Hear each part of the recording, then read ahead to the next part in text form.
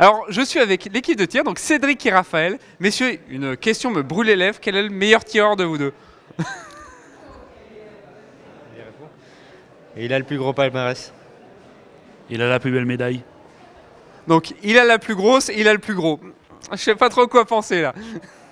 Bon alors, blague à part, comment s'est passée cette compétition? Il y avait un sentiment de corps au sein de l'équipe? Vous vous souteniez les uns les autres? Ouais, moi j'ai beaucoup suivi d'abord les compétitions de Raphaël sur Internet. Et ensuite j'ai dû me préparer moi-même pour ma compétition qui arrivait juste derrière. Et toi, Raphaël? De même, nous partageons la même passion, donc il est tout à fait logique que lorsque j'avais terminé mes compétitions, que j'aille voir Cédric et le soutenir bien sûr. Et il me l'a même souligné tout à l'heure, donc je pense que ça lui a fait plaisir.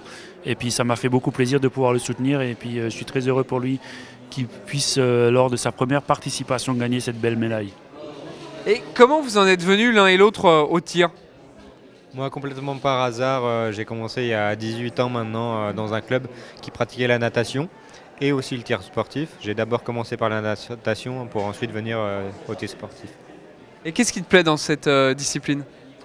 C'est une discipline qui travaille sur le mental, sur la concentration, la confiance en soi. Et c'est un sport un peu atypique, mais ça me plaît. Et toi, Raphaël? Alors la raison qui a fait que je pratique cette discipline, elle est un petit peu particulière puisque j'étais avant tout valide et donc un footeux. Et lorsque j'ai eu mon accident, je me suis posé des questions: quelles pourraient être les disciplines sportives que je pourrais encore pratiquer avec mon handicap. Et étant donné que lorsque j'allais dans les fêtes foraines, je préférais qu'on me paye un petit billet de tir à la carabine qu'un billet pour les manèges, un jour un monsieur est venu me voir et m'a dit que dans ma région en Alsace et surtout à Strasbourg, on avait créé un club de tir. Et à partir de là, je me suis rendu en tant que pratiquant loisir. Et ils ont constaté que j'avais quelques dons. Et je me suis donc prêté au jeu. J'ai gravi les échelons assez rapidement. Et ce qui m'a amené à pratiquer le tir en équipe de France et à gagner ces belles médailles. Bon, l'autre truc, c'est que vous nous avez quand même ramené des médailles.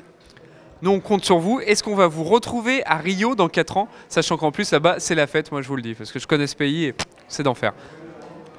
Alors c'est une question que je me suis posée quelques mois avant mon arrivée à Londres. Et c'est une question à laquelle je n'ai pas su répondre. Donc je me suis dit, fais déjà ces jeux. Essaye de faire le maximum comme d'habitude. Et puis je pense que je vais me donner un petit laps de temps de repos. Et pendant ce laps de temps, je vais avoir une bonne réflexion et c'est à partir de là que je vais prendre ma décision. Et toi, Cédric? En ce qui me concerne, Londres, c'est mes premiers jeux. Donc j'ai vécu des moments incroyables ici et je ferai tout pour revivre ces moments dans 4 ans. Enfin, dernière question, qu'est-ce que vous avez pensé de l'ambiance des Jeux paralympiques et de l'engouement médiatique qui l'a entouré? L'engouement médiatique, nous on est au village olympique, finalement on le sent pas forcément au départ. Une fois que j'ai obtenu ma médaille, c'est sûr qu'il y a eu un engouement médiatique un peu plus important me concernant. Mais c'est vrai qu'on est assez confiné finalement dans le village olympique. Alors ça, c'est affaire de 2 jours, vous allez voir ce qui va en être. Et toi, Raph? Alors au niveau de l'ambiance, c'est une ambiance toujours particulière, l'ambiance des Jeux. C'est ma 3e participation. C'est quelque chose que j'aime retrouver, cette ambiance-là, le partage avec d'autres disciplines. Et au niveau médiatique, j'ai beaucoup rouspété avant de venir parce que nous estimons que nous ne sommes pas suffisamment couverts. Et maintenant, je veux faire un petit peu mon mea culpa, un peu comme notre président Gérard, parce que les médias ont fait beaucoup d'efforts. On peut toujours en faire plus. Nous-mêmes, athlètes, on peut faire un peu plus. Hein, la preuve, une médaille d'argent, on peut toujours faire un peu plus. Donc merci aux médias, quels qu'ils soient, et rendez-vous pour les athlètes qui seront présents dans 4 ans.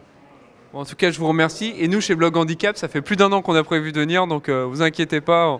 On était là, on est là et on sera là. Merci. Salut.